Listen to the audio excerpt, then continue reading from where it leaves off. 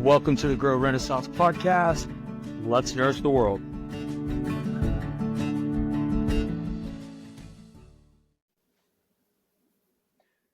Well, welcome everyone. Welcome to the very first episode of Pasture Prime Time with Neil, a new series on the Grow Renaissance podcast. I'm your host, Neil, and I couldn't be more excited to get things kicked off. This series is all about digging into the heart of agriculture, conversations from the field, insights from thinkers and doers shaping the future of food, and stories that connect us with the land, animals, and the people behind it all. Today marks the start of something special, and I'm really glad you're here for it. With us today is a very special guest and one of our newest community members in the Grow ecosystem, Brian Rotert. Brian returned to his family farm in 2023 after 25 years in a career in corporate management, specializing in manufacturing, distribution operations, and energy efficiency projects. He brings a sharp operational mind and a deep curiosity of the innovations transforming agriculture, particularly those driving improvements in nutrient quality, health outcomes, and environmental impact. Brian, I couldn't be more thankful for you to join us today, and really appreciate you being here.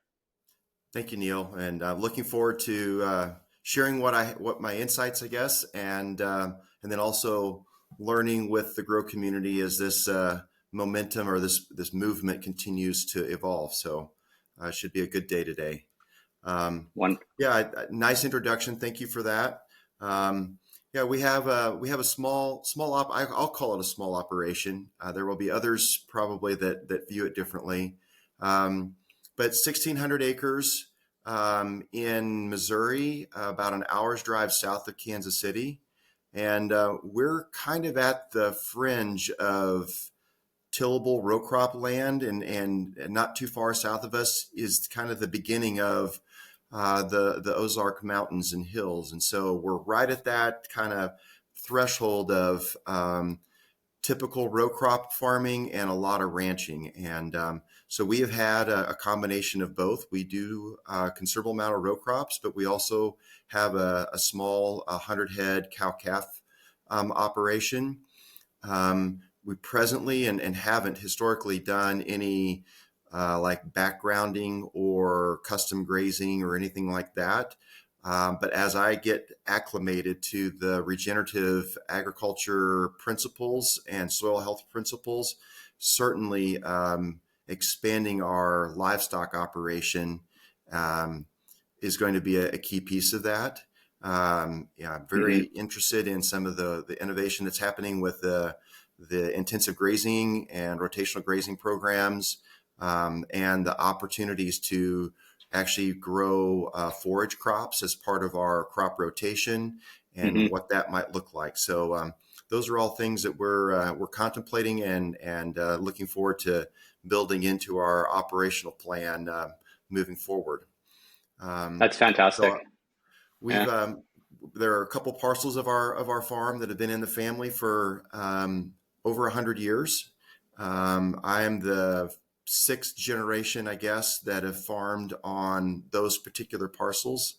And today it's just my dad and I, with a couple local folks that help us seasonally as needed. And my younger brother is a physician up in Wisconsin, and I don't know if he'll be moving back to Missouri anytime soon, but we're going to give it a go, Dad and I. So Great.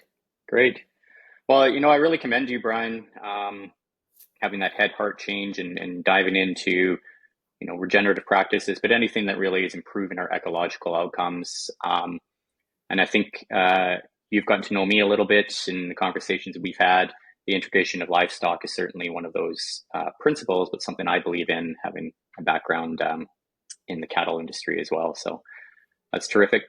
But, we have a lot of conversations around how we want to affect changes on the farm, but I thought maybe I'd start this conversation from your perspective on what's happening in agriculture today that you feel is working really well. Start with that positive, and then maybe we can dive into some of the things that aren't, and we'll build off of that.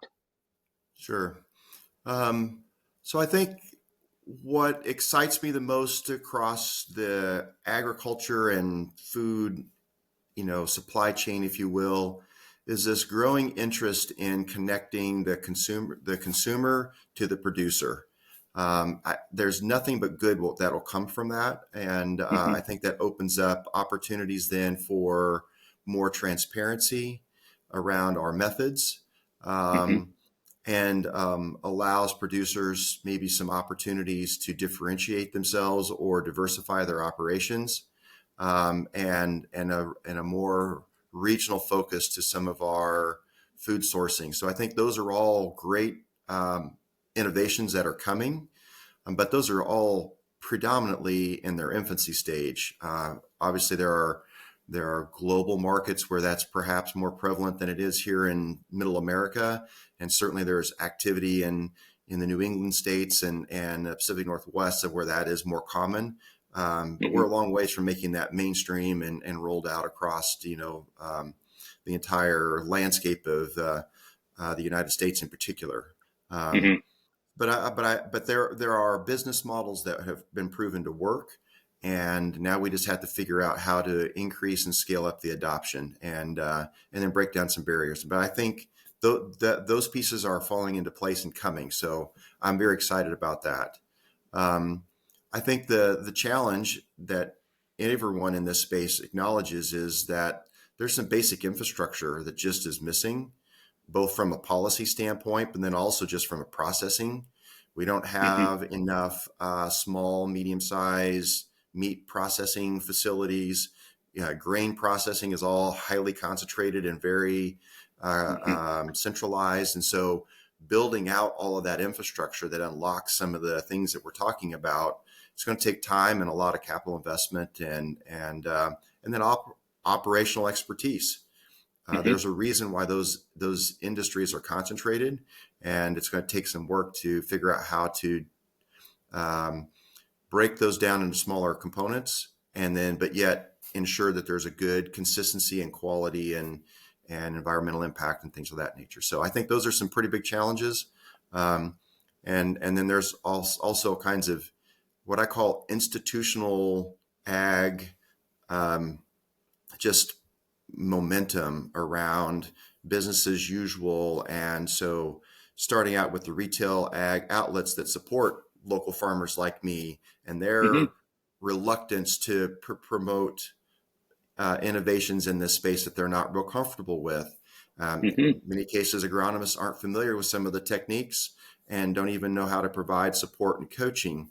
So it's hard to expect producers to jump on board when you don't have a robust support network in place as well. So, communities like Grow and others like it are a really important piece of kind of bridging that gap.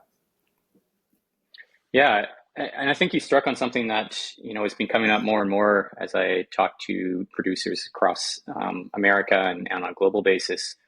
It really is that community-led education, not necessarily institutional driven, but how do we share what's working in your area with other farmers? How do we continue to work with those that are really trying to provide a service, whether it's at a retail outlet or an agronomic firm? And how do we start linking the dots between, the workables, the things that we know work well, and then those new innovations, and how do we lead those together? I've always had the feeling that we approach our farm changes from the innovation standpoint of, this new technology, this new precision component, this new input, biological, nature-based or otherwise. We'll have these improvements based on the data and trial. But I think in our conversations where I start and often where I've started is, what's going on with your current balance sheet, and where do we have that flux to play with when we're talking about tight margins already, which is really the constraint point in how to move forward. Some of those systems you've talked about that, need a little bit of shoring up. And then what are those mechanisms to start talking about how we flip the script with that food supply chain, which is really an indicative of how much change we can absorb this season, next season, et cetera, and so forth. And it's a game of inches. I mean, it really is right now. But it does have the ability to have exponential growth if we start changing how we approach these these fairly large giga problems and break them down into bite-sized pieces in our local regions. I think that's exactly right, Neil. And I've been on several podcasts of others that within people were talking about. I don't understand why producers don't change or don't adopt these practices more quickly. And sitting on the producer side of this, as you say, the margins are actually quite thin, and there just isn't a lot of resiliency, financial resiliency. There isn't room for a lot of mistakes and experimentation. So when we experiment with something, we're talking less than 10% of our committed acres are we going to go try something, because we can't afford a mistake that could unravel the whole thing. And so it takes time, and then you think also, this is really a highlight for me. I jumped to this late in life, and I look at how many growing seasons do I have, because we're in a cycle where we get one crop basically on an acre every growing season. Now, in pockets, maybe you could get two or three in California in the desert, or, in the far Southwest or Southeast and things like that. But in us, you get one shot. And so let's say I'm going to do this for 15 more years. That means I get 15 chances to try something, implement it, learn from it, and then reapply it the next year. That's not a real long time.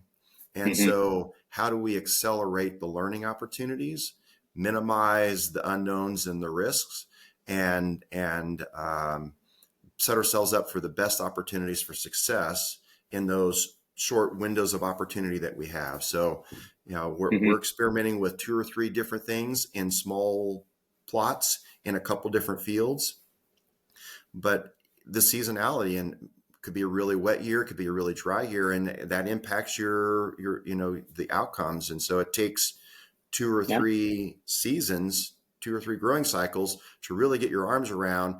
Is it the method? Was it the application? Is it just Mother Nature? And figuring out what does success really look like, and then how quickly can we scale that up? Yeah, you've touched on some really key points there, and you and I are very aligned on that in terms of that, progress. I'd love to peel the onion, or pull on that thread, as it were, regarding some of those trials that you're doing. I call them regenerative trials. Are you open to sharing about one of them and talking about, what was the vision behind it, and what's the hope and the outcome? Yeah, great. So this will be my second year back where I'm actually comfortable making some of the management decisions around our operation. And so my dad and I went up into Bladen, Nebraska last fall to green cover crops. They had a field day and showed a lot of the green cover plots that they've produced every year, just to see how they respond to Midwest conditions and soil types and things like that.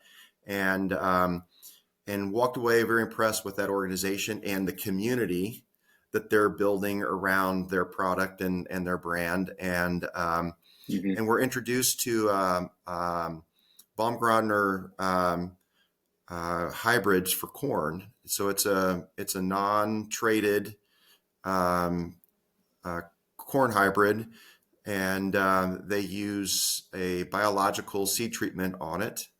And so we were interested in trying that as our first kind of non-GMO seed corn opportunity. So we are trying 2 different varieties of their seed corn this year on 80 acres. So that's kind of one of our first steps in that road of stepping away from some of the chemistry and genetic engineering that has been, prevalent in the economy. And then separate from that, then we are going to try a package of biological products. It's called Trilogy, and that's kind of just a local branding. But there's a ag exchange out of Marshall, Missouri, which is halfway between Kansas City and Columbia. and they have a trilogy program. So it's a enzyme and biological bacteria combination that's a digester. So it breaks down Mm. crop residue. Hmm. There's a food component. So it's a molasses-based sugar component.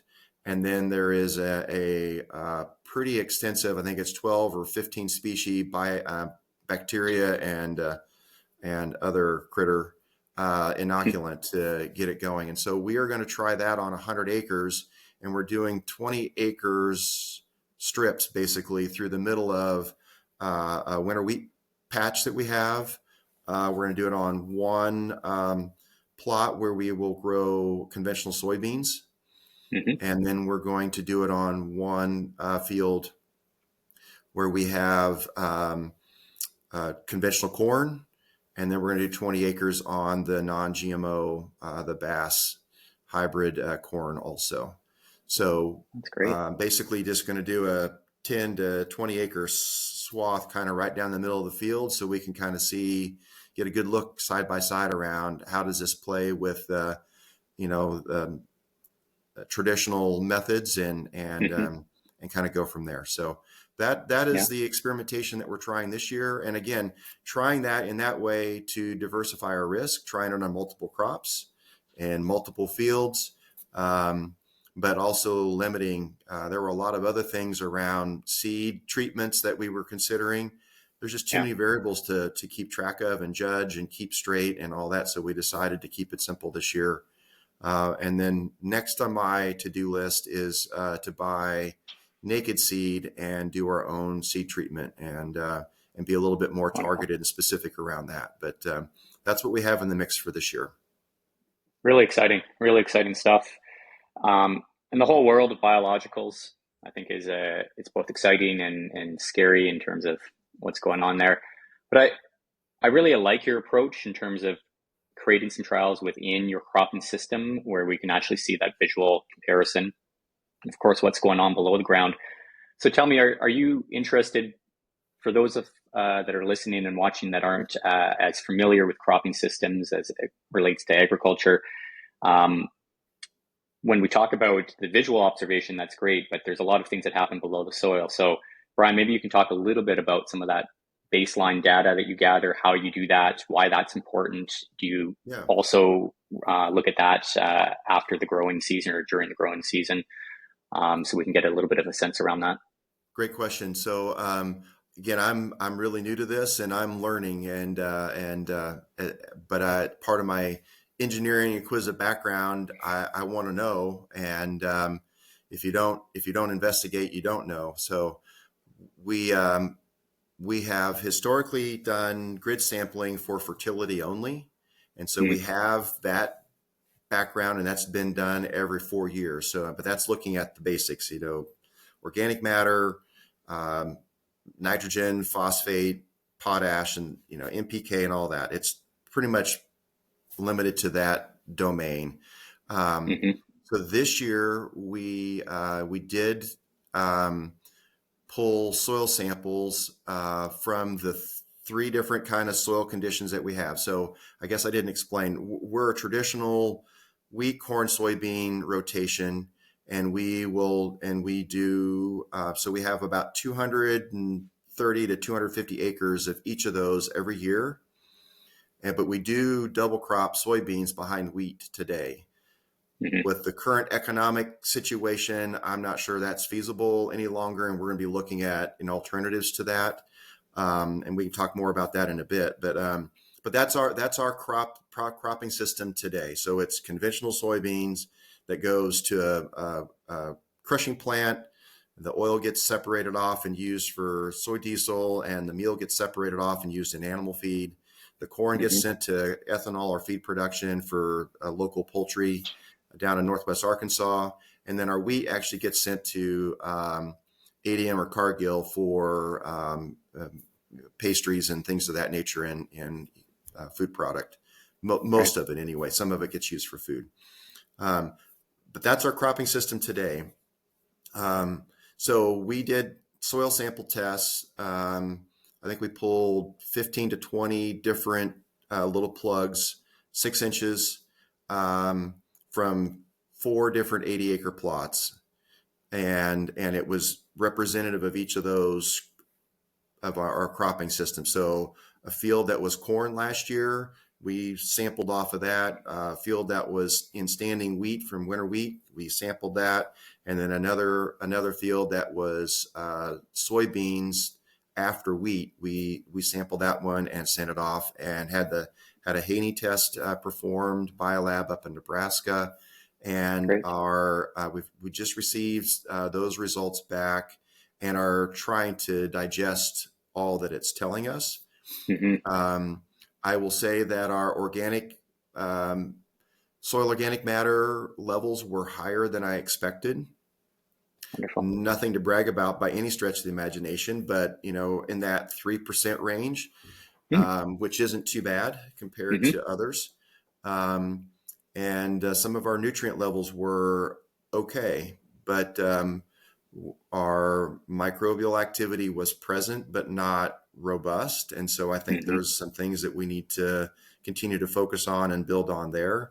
And then we didn't do the next step where you really look at what are the various families of microbes that are present in the soil. That's another piece of it that we'll peel back that onion a little later into the season. And once soils warm up and crops are growing and all that, and kind of see what kind of activity we have there.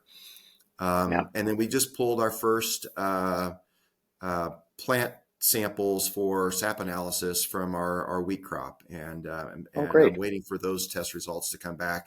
And so I'm hoping to do a sap analysis then on at least one field of wheat through the growing season every 6 weeks or so, and just kind of see what that data is telling us, and that'll inform kind of our agronomy plan then for the next year.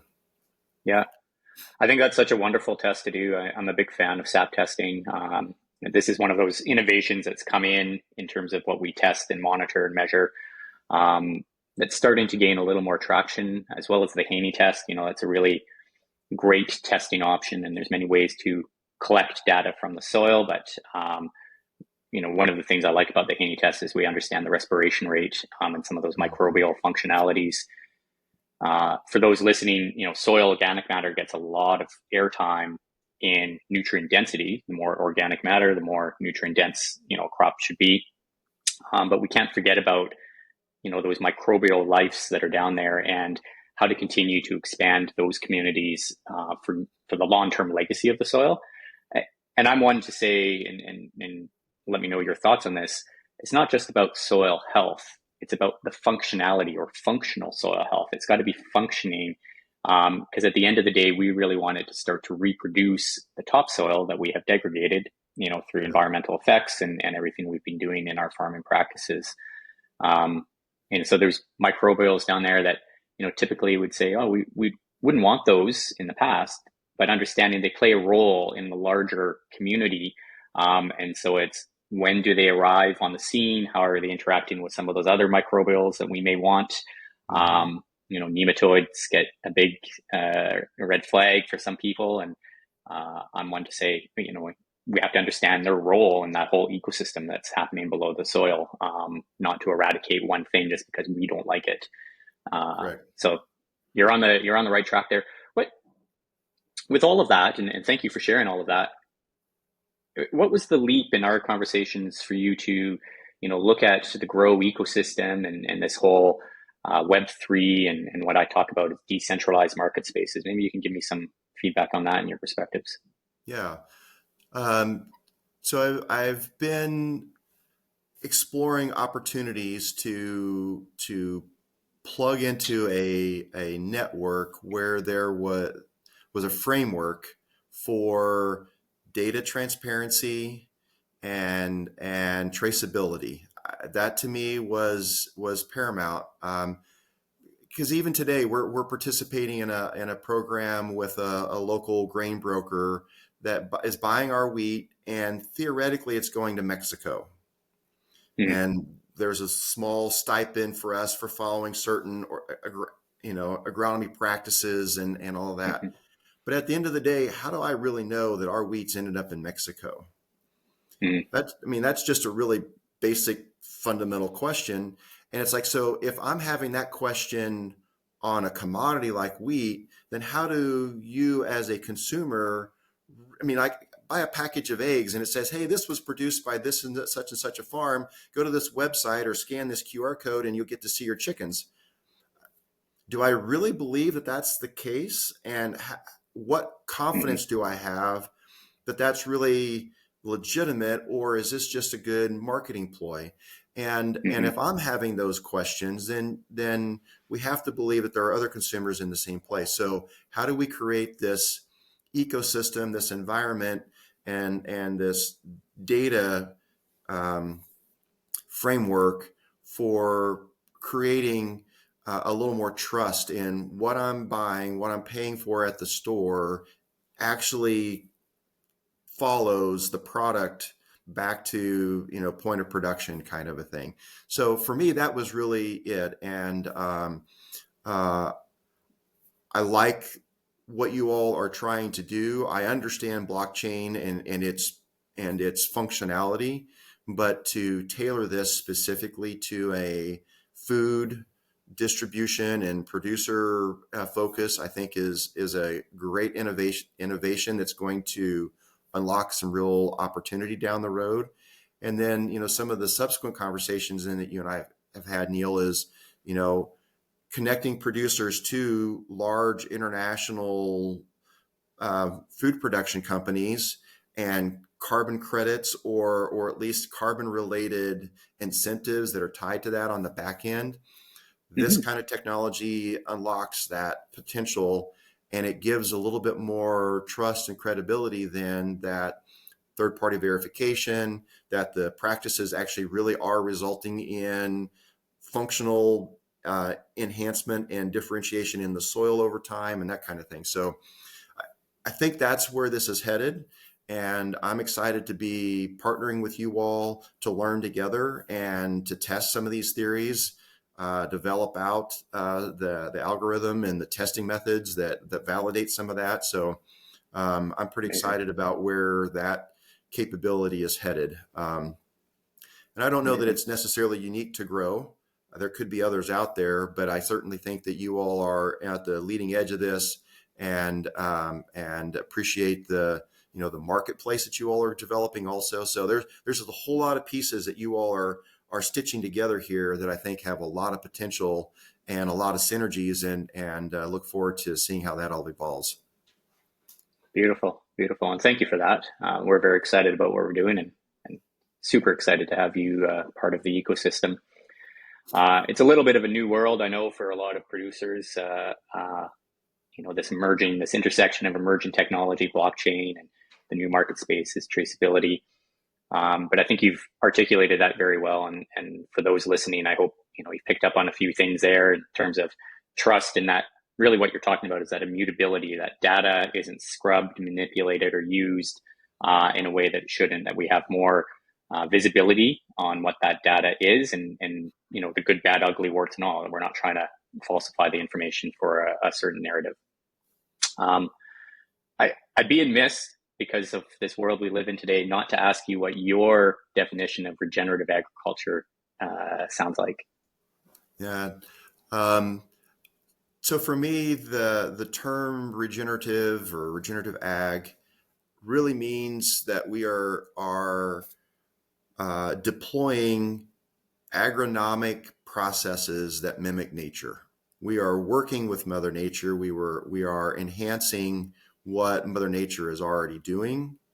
And then as a result, then if we focus on the soil activity, the soil health and all of that, and then that drives the resulting production yield outcomes. And we've been so focused on, at least in our bubble of the ag space, on yields at all costs. We've basically been feeding everybody Twinkies and then injecting them with, vitamins, kind of a thing. That's how I articulate it. And we got to get off of that junk food supplement train and look at this from a more holistic standpoint. And I acknowledge that I may not be setting the record yields of 250 bushels an acre or whatever it is, and I'm okay with that, because if the bushels I'm making are have a better protein mix and amino acid mix and trace minerals and vitamins, etc., and I am making better profit per acre, to me that's a win. So I don't necessarily need to win the biggest yield trophy and put that on the shelf. I'd much rather produce food products or grains, cereal grains, etc., that are nutritious and serve the public better than serving everybody Twinkies every day. I love that. I love how you phrase that. What values do you live by in your farm operations? Do you have some values that carry you forward? Yeah. So I think that, and I have to give credit to my dad here. We really are community focused. We try to buy local every opportunity we can. We want to support local. We have hired a couple younger guys to help us who are also trying to do a little bit of farming on the side. And we loan them equipment. We'll go run our combine on their fields if we need to, that sort of thing. So we really want our community to succeed if possible, and we feel ownership for our piece of supporting that. And then kind of layered with that then is this notion of stewardship. I'm Catholic. Doesn't get talked a lot about, but there's a social justice component of Catholic teachings that really are around being good stewards, that everything we have is a gift. Even the Garden of Eden was a gift. And while it's here for us to use, it's not here for us to consume. So how do we utilize these gifts of natural resources, soil, moisture, all of that? How do we use that in a constructive and positive way to take care of our community here and now, but also leave it in a place that can sustain the next generations down the road? So, I think it's this notion of stewardship along with community that are most important. People didn't settle the West solo. You don't hear stories of people getting in their wagon train all by themselves and trekking out across the Great Plains all by themselves. They did it in communities of trains of wagons. And I think we sometimes, in our comfortable worlds today, we lose sight of that. And there's a lot of emphasis on me and my accomplishments and me as an individual. And I think we've lost sight of this notion that we really are communal beings and that we need a sense of community to thrive and be successful. Yeah, I couldn't agree with you more. I think it was one of the reasons you and I certainly connected on this community level. You talked about it with Green Covers, the cover crop company that you went to see. That's what Grow is all about, the ecosystem we talk about. It's this community-based ecosystem where, we're being able to use data differently. And I want to make sure that people understand that data can be stored on the blockchain and it can be analyzed. And that's really where the community comes in. You're not losing ownership of your data, but you're sharing it with local farmers in your region. What's working, what isn't, how do we, one tide raises all ships kind of idea. How do we have conversations around that? And then you can also learn to monetize it in different ways, which you brought up, helping us flip the script a little bit on that whole supply chain and where things are going. So that's wonderful. The stewardship, absolutely. Brian, I think that's what you're already doing in terms of some of your trials, some of this head heart, change that you're after. And it doesn't have to be, monumental, like a light switch moment. It does need to have a progression. We're balancing the economics, staying viable while also making those incremental changes that are beneficial for the environment, and then obviously whatever we're growing or raising on there. So that's terrific. What breed of cattle do you have on your farm? We're it's a mixed breed, and to be perfectly honest, I haven't been as hands-on on that part of it. Yeah. But we've historically been a Angus Hereford Hmm. mix. So a lot of black white faces type of thing, but there is some scimitar and beefmaster, I think, kind of layered in there a little bit as well. But it's predominantly a Angus Hereford cow herd with a little bit of some other genetics kind of mixed in. Yeah, great. I ask that only that, as I travel around North America, we certainly get a lot of different breeds, and those breeds are, specific to the regions that we're growing in for heat and Mm-hmm. disease, pest resistance. In general, cattle are very good for our lands. We know that from everything that they do, and I'm always very fascinated by people's herds and how they're integrating and connecting. So, looking forward to expanding our conversations around that. As we start getting towards the end of this episode here, I'd like to ask you a question around what you think the vision of the future holds for maybe just keep it localized, because I'm a firm believer in localization than globalization. But let's start with the localization. What's the vision you hold for a better future in your local agriculture community? Um, so what I am picturing, Neil, is a regional, I guess. Up until this point, I have been exploring opportunities to help pull together funders and growers that want to stand up a regional milling operation in and around Kansas City. It could be in Appleton City. We have rail right through the town. I mean, it's possible. I don't know that that's the right place, but Hmm. certainly a milling operation. For me personally, for my son, we're both gluten free. Hmm. So I would love to see an opportunity for me to grow gluten-free oats and buckwheat or some of the heritage wheat varieties, einkorn or kernza, that have a lower gluten levels and things like that. But a milling process, a milling facility that allows then producers to participate in a regional milling operation. I mean, we have tortilla factories in Kansas City, corn Hmm. tortillas, flour tortillas. We've got cookie manufacturers. They're buying their flour from somewhere. Why can't it be from a local mill? Yeah. Um, I think the answer is it can be, but we've got to connect all the dots and we've got to build up the infrastructure and all of that. And I mean, and in fairness, there are large ADM, Cargill, both have large flour mills in Kansas City. So they're going to serve a niche. And so, your store brand white Hmm. bread and all that sitting on the shelf is going to get produced.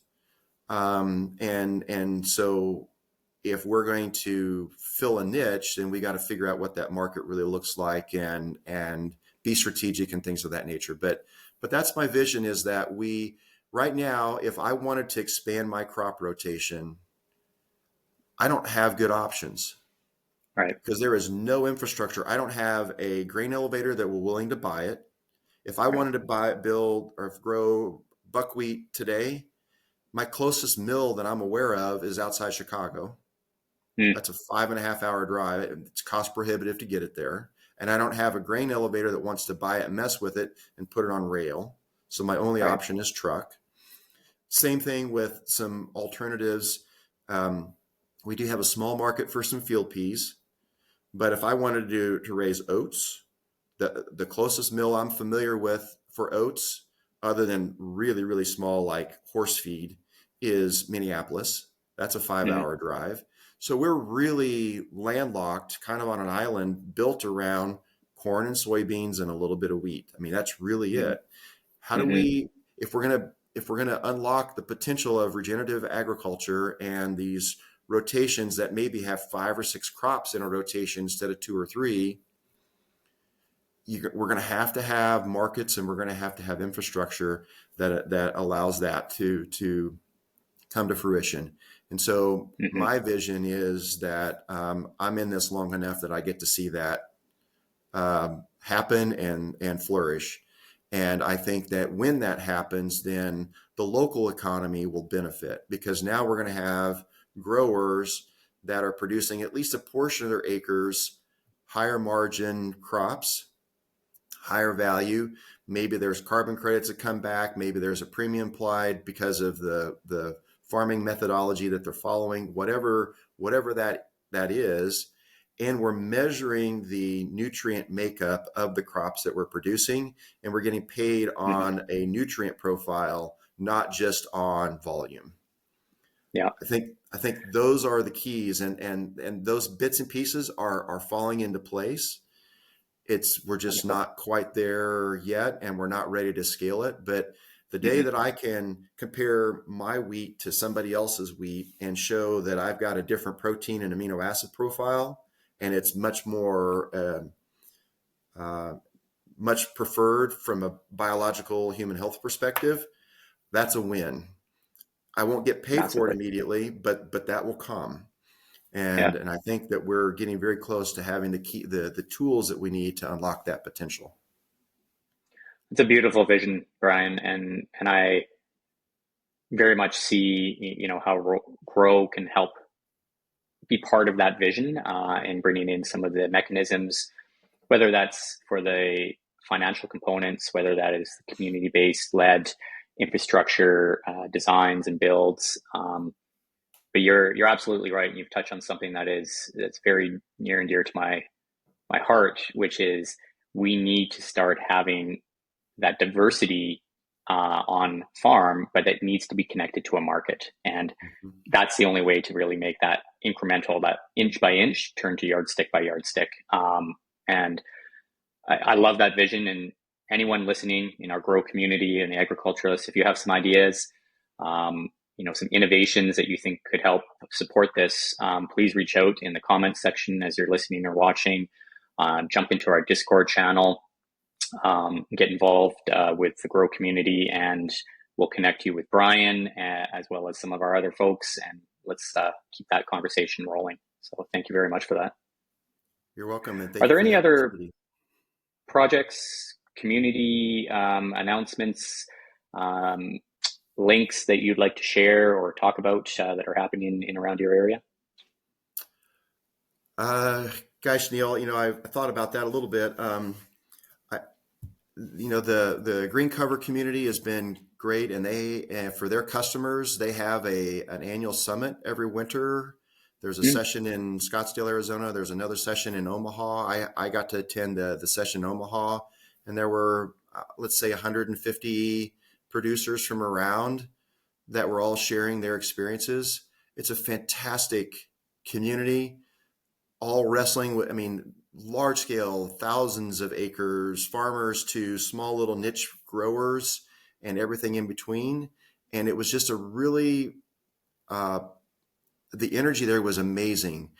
There was not a lot of this kind of competition around, well, I'm a bigger producer than you are, so you need to pay attention to me. There was a genuine interest in sharing, learning, being vulnerable, and sharing some failures and things of that nature. So I can't encourage people to participate and partner with Green Cover if that makes sense for your operation. And logistically, there's a lot of other cover crop producers around, so I know they're not the only folks in town, but they are. Ken and his family are very faithful people, and that was evident in the days that we spent together. And they are motivated by this, by more than just profits. And so I'm really thankful to be part of that. I follow John Kempf in Advancing Eco Agriculture a lot. I'm not a customer of theirs yet, but I'm intending to try some of their products going into the next growing season. And I really appreciate, again, the same thing.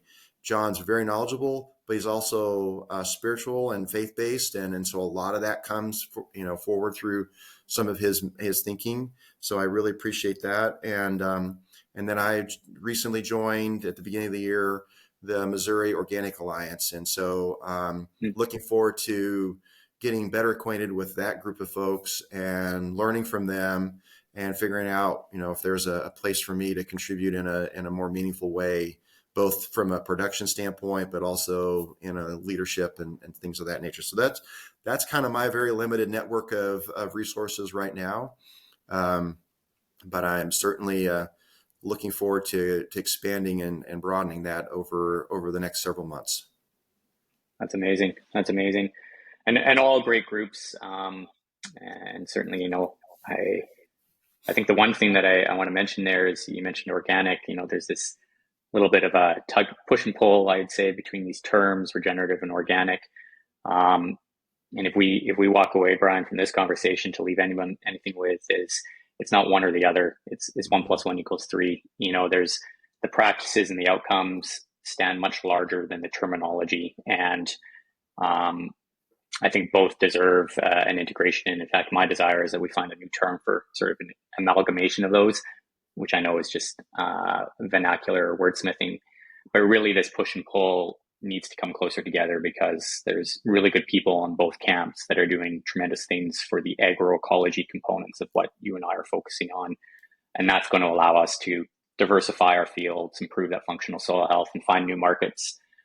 So local consumers, as well as those consumers in the broader, concentric circles of growth away from your farm operations, continue to value and understand where their food is coming from. I agree with that analysis also, Neil, and that's been my observation, is that there's a lot of value in the work that the organic movement has done over the years. I think there's also shortcomings in that sometimes there are certain organic producers that are basically following the same methodologies as traditional agriculture. It's just less offensive chemistry. That's not necessarily the big win. So I think there's this happy medium of, trying to work with Mother Nature, be mindful of insect populations, pollinators, all that sort of thing, and using methods that are less destructive, but then working on with the soil to rebuild the biological components of the soil is kind of the next domain, I think, that we can impact. Fantastic. Well, Brian, this has been absolutely fabulous. I appreciate you taking some time to have a chat with me today. You're certainly living the Grow Renaissance mindset, and we're looking forward to working with you on your farm, with some of our other ecosystem members that are joining us, to continue advancing the wonderful work that you're doing. So I appreciate you being here. For all of you listening, thank you for taking the time on the inaugural episode of Pasture Prime Time with Neil, and we'll look forward to catching you on episode 2.